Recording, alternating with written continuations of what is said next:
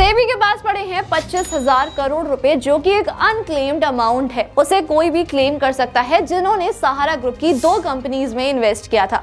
लेकिन इतना बड़ा अमाउंट सेबी के पास आया कैसे और कैसे से क्लेम किया जा सकता है, आज इस वीडियो में मैं आपको बताऊंगी।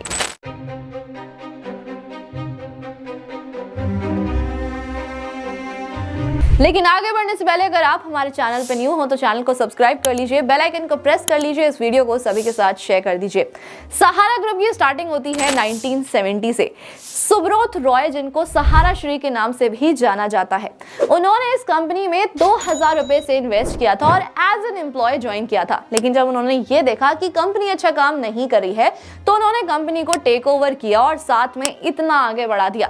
लेकिन सहारा एक फाइनेंशियल सर्विसेज कंपनी थी, तो आप ये तो जरूर जानते होंगे कि कोई भी फाइनेंशियल सर्विसेज कंपनी होती है तो वो आरबीआई के अंडर आती है। तो जब आरबीआई ने सहारा फाइनेंशियल सर्विसेज का ऑडिट किया तो उन्होंने बहुत सारी सस्पिशियस चीजें ढूंढी और उससे लेकर क्वेश्चन भी किया गया सुब्रत रॉय जी से, लेकिन उन्होंने आंसर नहीं किया, जिसकी वजह से 2008 में आरबीआई ने सहारा फाइनेंशियल सर्विसेज कंपनी को बंद करा दिया।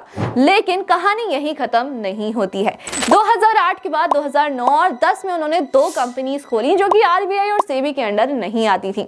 सबसे पहली थी सहारा इंडियन रियल एस्टेट और सहारा इन्वेस्टमेंट कॉर्पोरेशंस। अब ये तो सिर्फ 2 कंपनीज थी। इसके बाद 4,799 कंपनीज और खोली गई जो कि रजिस्टर्ड ही नहीं थी। अब इनका जो भी प्रॉफिट आता था वो हर कंपनी में डिवाइड कर दिया जाता था ताकि उनके ऊपर कोई भी शक ना किया जाए। अब एक टाइम ऐसा आया कि उनको फंड्स की जरूरत पड़ी दोनों कंपनीज के लिए। अब उन्होंने सेबी से बोला कि हमें स्टॉक मार्केट से पैसा उठाना है। सेबी को इस चीज पर कुछ डाउट हुआ और इन्वेस्टिगेशन करना स्टार्ट कर दिया, जिसके बाद सेबी ने इन्वेस्टिगेशन स्टार्ट की और ये पाया कि उन्होंने स्टॉक मार्केट से इलीगल तरीके से पैसा उठाया हुआ है। जब चेकिंग की गई तो सुब्रत रॉय ने ये चीज एक्सेप्ट की। 3 करोड़ लोगों से 16,000 करोड़ रुपए लिए गए थे। अब ये केस सुप्रीम कोर्ट तक गया और सुप्रीम कोर्ट ने इसके ऊपर ये बोला कि अब सहारा ग्रुप को अपना सारा पैसा लौटाना होगा जिन भी लोगों से उन्होंने पैसा लिया है विद इंटरेस्ट। इसके बाद जब तक चेकिंग चली, सहारा ग्रुप ने, सुब्रत रॉय ने यही बोला कि उन्होंने पैसा लौटा दिया है। सेबी ने इसका प्रूफ भी मांगा। जब उन्होंने प्रूफ मांगा तो उन्होंने ऐसे डॉक्यूमेंट्स भेज दिए जिसमें यह लिखा था कि पैसा रिटर्न कर दिया गया है, लेकिन सेबी को कंप्लीट इंफॉर्मेशन न मिलने की वजह से वो इस चीज को एक्सेप्ट नहीं कर पाए। सुप्रीम कोर्ट ने यह बोला कि अब वो सारा पैसा सेबी के पास जाएगा।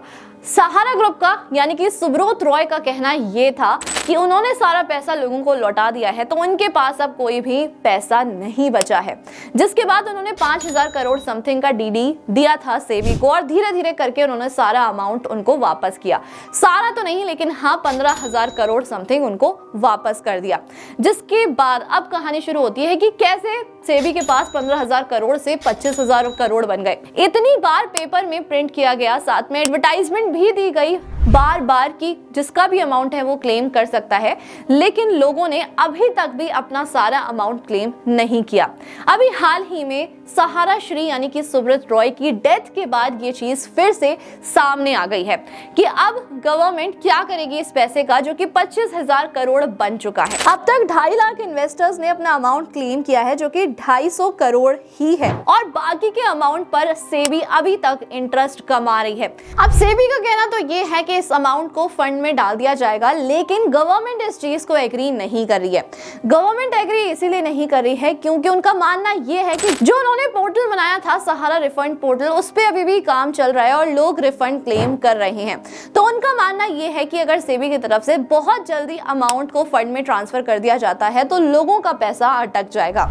लेकिन सेबी का कहना यह है कि अगर अमाउंट ट्रांसफर हो जाता है तो वो गरीबों के वेलफेयर के लिए यूज किया जा सकता है, जिससे कि काफी लोगों का फायदा हो जाएगा। साथ में उनका कहना यह है कि जो अपना अमाउंट क्लेम करेंगे उनकी सारी चीजों को ट्रैक कर सारी चीजों को चेक कर उनको पैसा रिफंड कर दिया जाएगा। अगर आप जानना चाहते हो कि पोर्टल क्या है तो आपको एक वेबसाइट शो कर रही होगी या फिर आप गूगल पर जाकर भी सर्च कर सकते हो सहारा रिफंड पोर्टल।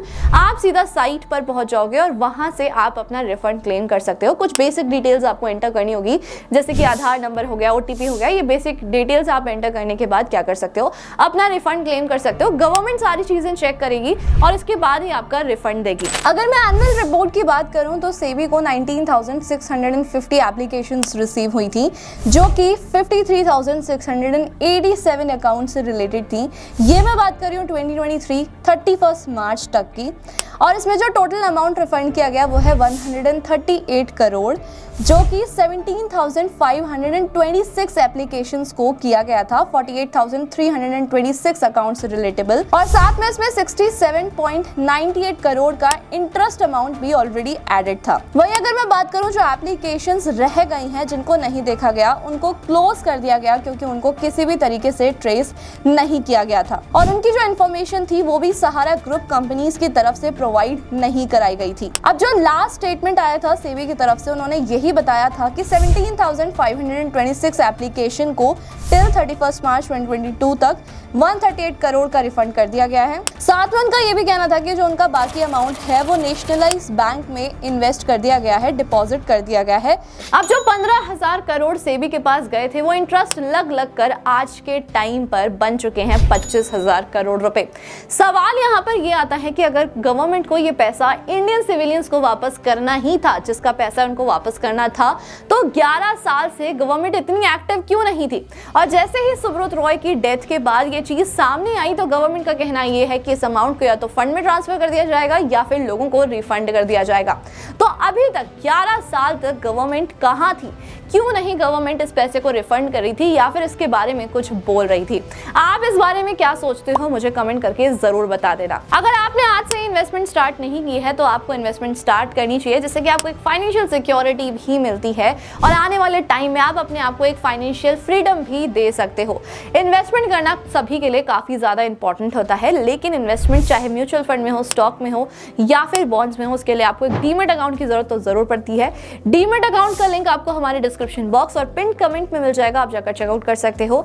आप फ्री में डीमैट अकाउंट ओपन करा सकते हो, साथ में आप उसमें रेफर एंड अर्न भी कर सकते हो, जिसमें आपको काफी ज्यादा फायदा होगा, एक पैसिव इनकम जनरेट होगी। और आप तो जानते होंगे कि आज के टाइम पर ना पैसिव इनकम जनरेट करना बहुत ज्यादा इंपॉर्टेंट होता है। अगर पैसिव इनकम होती है तो ही हम अपनी लाइफ में आगे बढ़ पाते हैं, एक फाइनेंशियल फ्रीडम की तरफ बढ़ पाते हैं। और हाँ, अपना डीमैट अकाउंट ओपन करा के ना सारे फ्रेंड्स के साथ भी शेयर कर देना, ताकि वो भी रेफर एंड अर्न कर सके और अपनी इन्वेस्टमेंट स्टार्ट कर सके।